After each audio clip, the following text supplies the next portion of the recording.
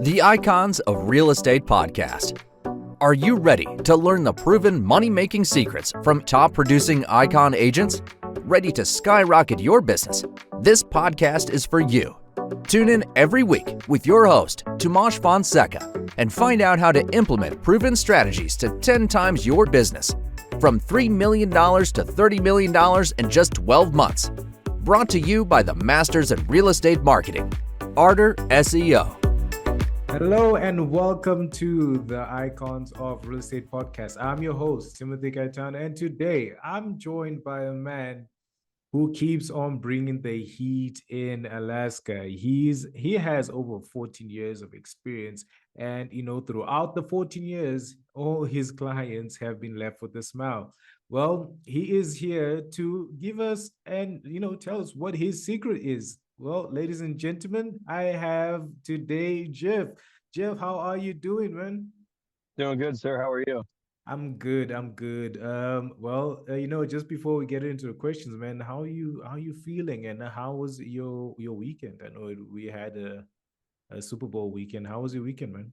Yeah. I actually ended up working through it. I'm not much for football myself. I'm actually down here in Tennessee helping my sister-in-law Yeah. remodel a house right now. So yeah, All right. That's good, man. Oh, I see you always bring in your real estate skills. You even extend them to the family. I like that. All right. yes, sir. Geoff, I know that a lot of people watching this probably don't know who you are and don't know your story. I mean, could you kindly tell us your real estate story? How and when did you get started with the real estate? Yeah. So it started in 2015. I was working as a correctional officer in Alaska, and one of my buddies, his father-in-law was a broker, told me about real estate, and I wanted to try it out part-time. And so ended up becoming full-time, very quickly became full-time. I left the correctional job and just spearheaded it, made that my priority. Went full blast into it. Um, really had a knack for it. My first year I did really well. And every year after that's been better and better. It's the short side of it, but I should have been here the whole time doing Yeah. the real estate. All right. Now, going back to when you got into real estate, what were the challenges that you experienced, that you weren't expecting? Well, when you get into it, you don't realize how the money goes. Usually, most people have a 9 to 5, they get a paycheck every 2 weeks. You Mm. don't do that. It's based on commission strictly, and you have to pay a lot to be in the real estate game. You've got marketing, signs, branding, all sorts of stuff, radio ads. So, um, you have to spend money to be able to play, but then also you have to be able to budget a little bit differently, right? Because you might make 19 grand one month and the next month you might make like 2 grand. So that's kind of the hardest thing for me, raising a family and going from paycheck to paycheck to commissions. But you know what? You can work as much as you want. You get out of it what you put into it. Mm. And so if you work hard at it, um, you can make a good living. You could do really well for yourself, Yeah. and we could go into it more. But yeah. I mean, yeah, you mentioned that, a lot of people never anticipate the fact that, hey, this is not a 9 to 5. This is not something that you paid for hourly. And it is very good to really have a solid budget. Knowing that now, if you could go back 14 years and, advise the younger Jeff who just got into real estate, I mean, what would you tell him? Don't lose momentum. My brother's in the insurance game, so it's the same thing with the commissions. And if you stop, you think you can go take a month-long break or something. You really can't, because then it takes that much longer to get in the momentum of things. You just got to stay consistent. It's probably my biggest weakness with this. Mm. Getting distracted with different things here and there. And if you're consistent and you have a routine, a system, then you can do way better than what I did when I started out. All right. And just to share with our audience, can you really just tell us a bit more and explain the importance of, a winning mindset in the industry. I understand that, you wouldn't be where you are today. You wouldn't be doing this long, if you didn't have resilience and a winning mindset. Can you just share with the audience the importance of it, especially in this industry? Yeah. They say that, most realtors, about 80% of them drop off within 5 years and don't make it past 5 years. The perseverance, the resilience is to keep at it. You have to be bigger than you really are. You have to appear bigger than you are. You're kind of semi-famous in your local industry. Real estate is very hyper local, and you've got the branding where you're out there on the benches and the shopping carts or whatever, and online is huge. 90% of people are shopping online before they even call a realtor. So, Zillow was a big tool in that, local realtor radio ads, and then it's just you've got to put your money towards marketing. That's your investment into your business, which is yourself, is you've got to, you get a big commission. You've got to put that money back into your brand. So you have to build your brand, seem bigger than you really are, and people will go to you.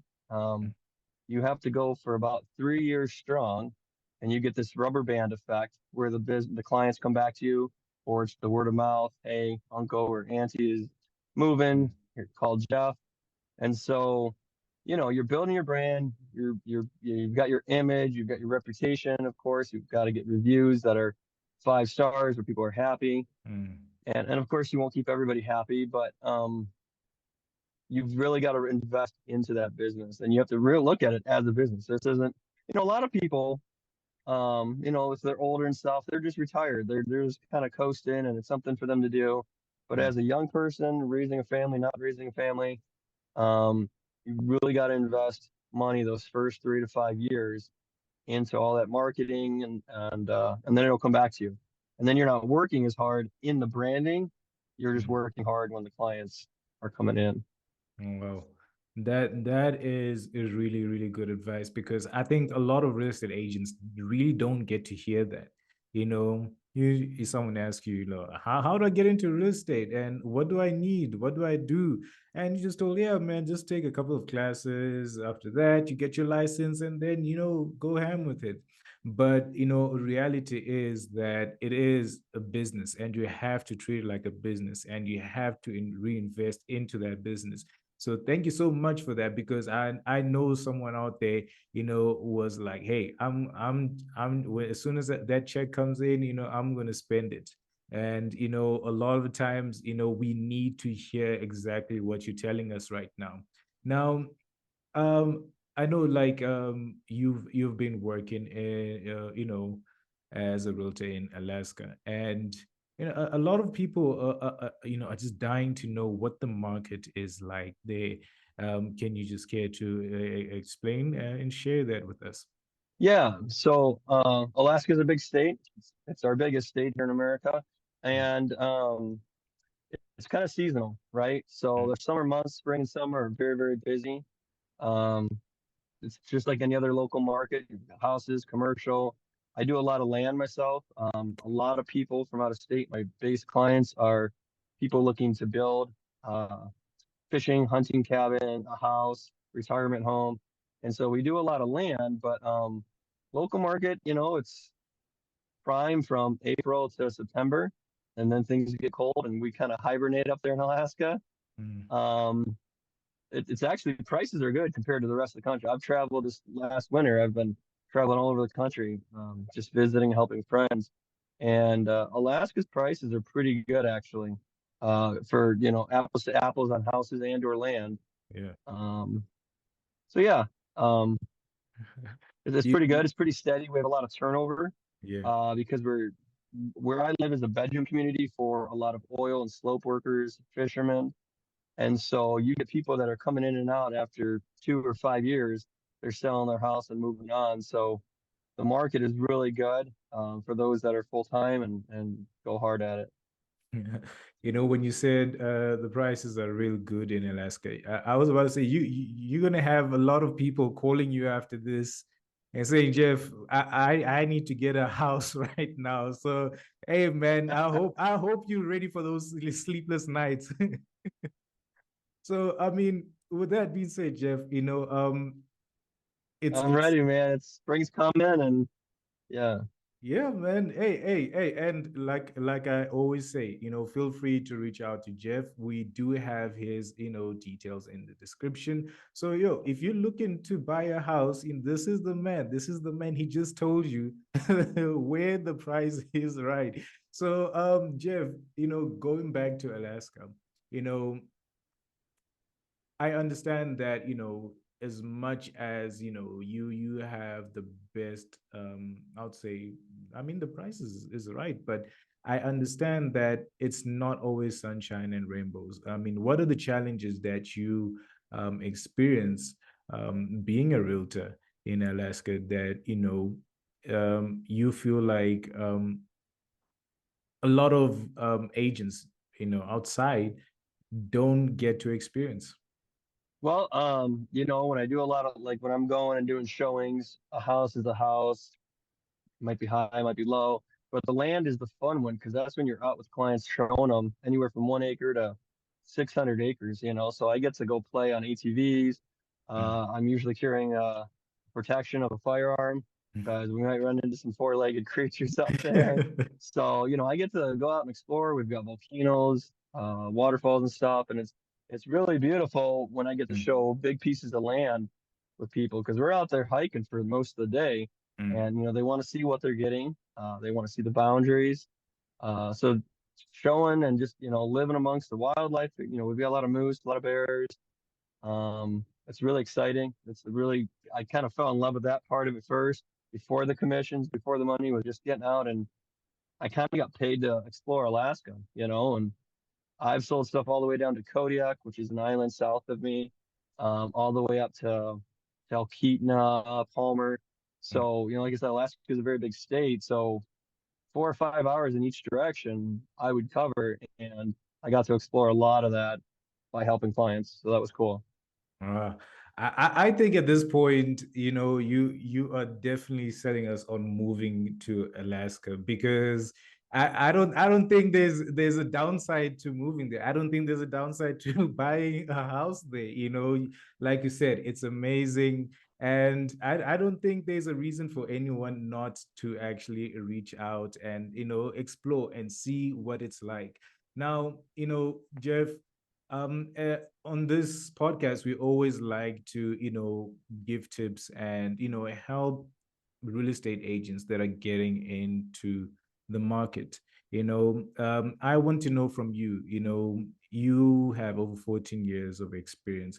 What are the three habits that you would say make, that differentiate an ordinary agent, you know, to a top producing agent? What does it take? What are the three habits that you would say make a top producing agent? Well, just like in any sale, something that I think is really important for agents across the board is knowing what you're selling, right? I mean, we're more than just opening doors, right? You're coming to me, you're new to town, you want to know what bank to go to, what contractors to use. So you have to have a network. That's the first thing is build a network of winning people who want to do good by their clients. And so you can refer them out, right? So you want to have that network. You want to have a trusting friendship with all of them where they'll take care of your clients, you take care of them. But then also, like I said, knowing what you're selling, there's a lot of realtors across the country. They don't know, a wood foundation from a concrete foundation sometimes. They don't know enough about construction. Yeah. So I started in construction, and I feel like that's really a prerequisite, very important that, it's much more than just a house, right? You've got wood, roofing, foundation, different stuff. You need to know about that so that you can advise your clients. Every state's different with their laws. Of course, you want to get a home inspection, uh, but you really got to know more than just this house is this much and it's a good neighborhood or not. The clients are going to want to know the good schools. They're going to want to know just all these other vendors, if you will, that go in hand with buying a house and investing into a new community. So, those are really important features. And then that the first one or the third one would be that first thing I said, where you got to come out bigger than you are. You have to spend the first couple years spending a lot of money back into marketing and get yourself known, right? Become a household name, get out and give back to your community. You know, you attend these events, and you're not just marketing yourself, you're setting yourself up for being a consultant later. I've had tons and tons of clients that they're not looking to buy or sell a house. They bought one 2 years ago from me, and they call me and they ask, "Hey, what do I do about this?" You know, and so then you can advise them, and they remember that, and that is really what helps you get your name spread from other people. Which is, you could have $1 million in marketing.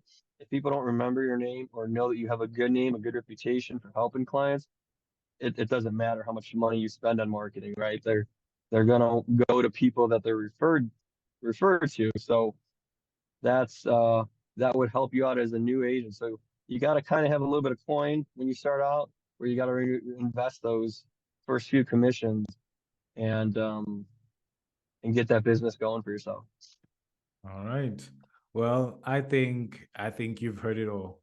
You've heard it all, from how to become a top producing agent, to the importance of having a budget as a real estate agent, to why you should move to Alaska. I think I'm sold, man. If anything, Geoff just sold me on why I should move to Alaska right now. And I guess he also sold you on why you should move to Alaska. But you're wondering, how can I get in contact with him? Now, Geoff, how can people get in contact with you? I told you have to get ready for the sleepless nights, and here it comes. How can we get a hold of you?